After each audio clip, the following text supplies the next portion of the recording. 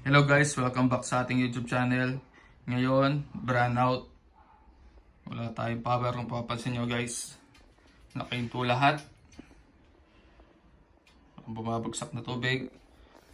Ganun din sa baba guys. Yan o. Ito rin. Wala, diba? Ubos. Ito, tingnan mo laman. Walang laman. Walang dumadaloy na tubig. Nakasaksak yan guys. Papansin nyo yan o. Ngayon, nakaschedule na power interruption. So, walang power mula kanina 6 AM.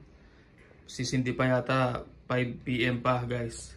Bali to, scheduled power interruption. Kaya ginawa akong preparation dito guys. Hindi ako nagpakain sa kanila mula kahapon. Yan o. Hindi ko sila pinakain. Papasin yung gutom na gutom yung ngayon. Pinrepare ko yan guys para hindi silang magdumi, hindi makontaminated yung tubig nila. Kasi pag busog yung mga yun guys, tapos matagal yung power interruption, tendency mamatay yung mga yan eh. Yan yung isang preparation pag scheduled power interruption guys. Pag ang scheduled power interruption, wala tayong choice, hintayin natin siyang sumindi. Bali yan guys yung preparation, kung papasin nyo to, ayan o. Wala, diba? Wala rin dito. Yung problema lang natin, yung isda natin na may sakit na nasa baba. Possible tendency mamamatay na to guys kasi nawalan na siya ng aerator. Mukhang namatay na siya. Catastrophe wala tayong magagawa dyan. Pero dati kasi nasusurvive kasi meron pa siyang air pump dyan. Ito yung isa. Wala rin, diba guys? Ito rin yung isa natin.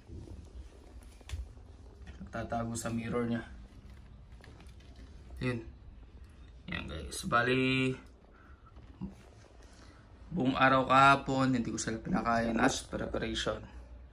So, yan guys. Balikan ko kayo kung magsusurvive sila hanggang mamayang 5 PM. So, 6 AM nawala ng power. Wala na silang oxygen. Lahat sila.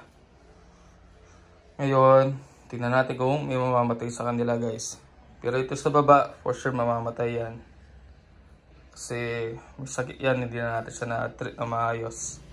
Pero yung mga to guys, mga juvie size natin dito na ginogroom. Ayan. Tingnan natin kung mamamatay sila o hindi. Kung magsusurvive ang isang isda within 12 hours na walang power guys. Yun o. Time check ngayon. Time check, 9:51 guys. Ayan. Bali, remind ko lang, kanina pa 6 AM walang power. Yan sila ngayon. Bali guys, hindi ako magpapakain sa mga yan ha. Yan, hindi ko sila pakakainin ngayon. Para pag kasi, tendency pag pinakain ko sila ngayon, lalaki yung tiyan nila, tatay sila, baka mag-cause ng ammonia, mamatay sila. Yan lang naman, hindi naman ako nangangamba guys kung hindi nila kakayanin. Kasi may experience din ako, 2 araw, walang aerator, walang hangin. Tapos guys, kung may nagsasabi ba hindi ako bumili ng battery pump. Meron tayo dito guys, kaya lang, hindi ko, ang dami na ito, hindi ko mabibigyan lahat. Meron tayo dito, hindi ko lang ginagamit. Bali ito guys, gugroom natin to sa susunod kong vlog. Gagamitan natin, ito gagamitan natin ng Okiko. Ito, gagamitan natin ng CZ Healthcock. Yan o, naka-prepare na sila guys. Yan.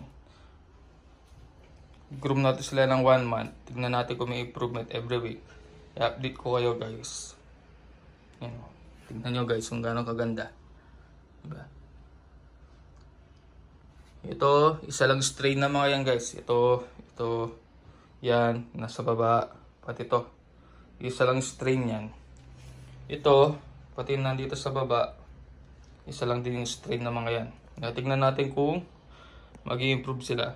Tapos pag-compare natin kung effective yung parehas na dalawang yan na pang-groom.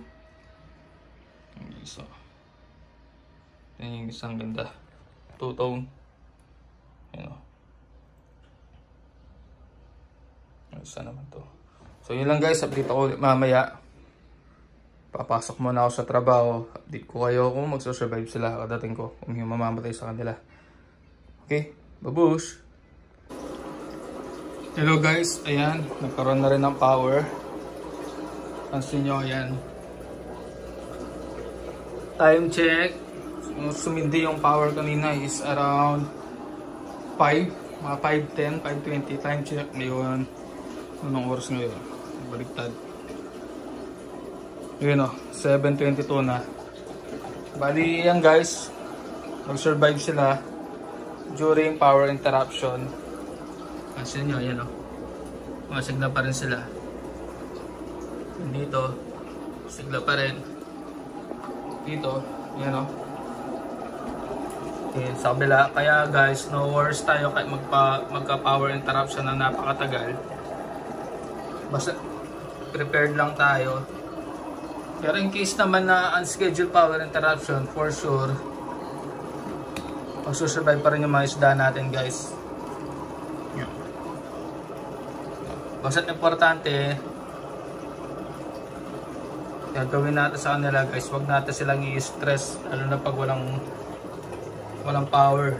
Yan na guys, isa. Sabihan lang natin sila, wag rin kayong pa-stress guys pag nawala ng power. Magsusurvive yung tiwala lang, magsusurvive din yung mga isda natin. Yung dito guys, papansin nyo, namatay na siya.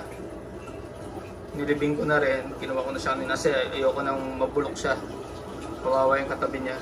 Kinuha ko na siya. Yun yung possible na mamatayan kayo pag meron kayong isda na meron sakit guys. Kasi napaka-importante sa kanila yung air stone. Kaya yung mga bubbles. Importante sa kanila yung oxygen guys. Kahit paano nagsurvive pa rin yun eh. Tinitreat natin siya, nakabaligtad lang siya. Ngayon, dahil bigla nawala ng power, wala tayong choice. Kaya namatay siya. Pero yung mga to guys eh, no? Survivor sila.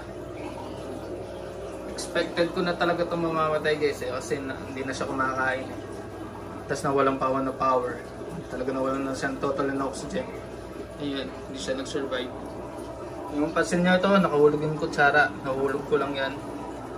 Hindi ko na nakalimutan kong kunin kanina nung kinuha ko yung isda. Kasi agad ko na siya nilibing. You know. Pag namamatayan pala ako ng isda guys, nililibing ko. Hindi ko yung yung tinatapon lang kung basta-basta. Alagaan nyo pa rin yan. Kailangan nila ng libingan. Yan guys. So, yung mga ginugrong natin gamit ng Kiko tsaka CZ Health. Sitahan natin din sila. Kaya hindi sila stress guys. Kasi wala ng power kanina. Pumasok ako. Walang pumasok dito sa kwarto. Kaya napaka-importante yun guys ha. Huwag yung i-stress yung isda pag power interruption. Walang kuryente. Pag na-stress niyan, lalo na lalong ilangoy, papagurin nyo. Siyempre, mahanap ng oxygen yan guys. Isa rin cause yun para mamatay yung alaga natin. Ayan o, sigla nila, walang stress sa kanila o. Hindi ko pa rin sila pinapakain ngayon guys. Maya-maya papakainin ko na sila. Ito, tatanggalin ko na yung barrier nito. Mag-groom na natin siya na maayos. Diba? Ito. Two-tone yan. Groom lang natin siya na maayos. Tapos ito, nasira tuloy yung mirror ko. Nakasabit kasi dito yan eh. Sira. Yan na lang natin. Yan. Ito yung isa. Yung isa. Susunod bibili tayo naman ng parrot fish guys. Okay? Sana may natutunan kayo guys. Kaya pag power interruption, huwag kayong pa-stress. Magsusurvive. Tiwala lang, magsusurvive yung isda natin. May na-experience din ako guys nung earthquake. Talagang 24 hours na walang power yun guys. Ginawa ko lang, nilipat ko lang sila sa mas maliit na container. Pero yung tubig pa rin na lang gamit ko. Tapos yung iba naman pinabayaan ko lang. Kasi wala na akong lalagyan. Pero nag-survive pa rin yung mga yun.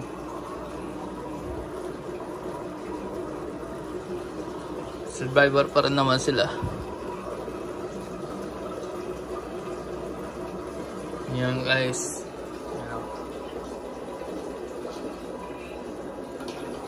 na natin two-tone.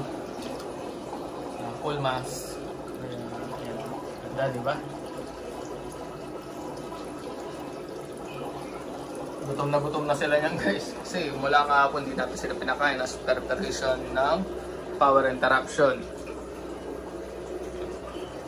Gutom na gutom. Ayun lang guys. Maraming salamat sa panonood. Babush!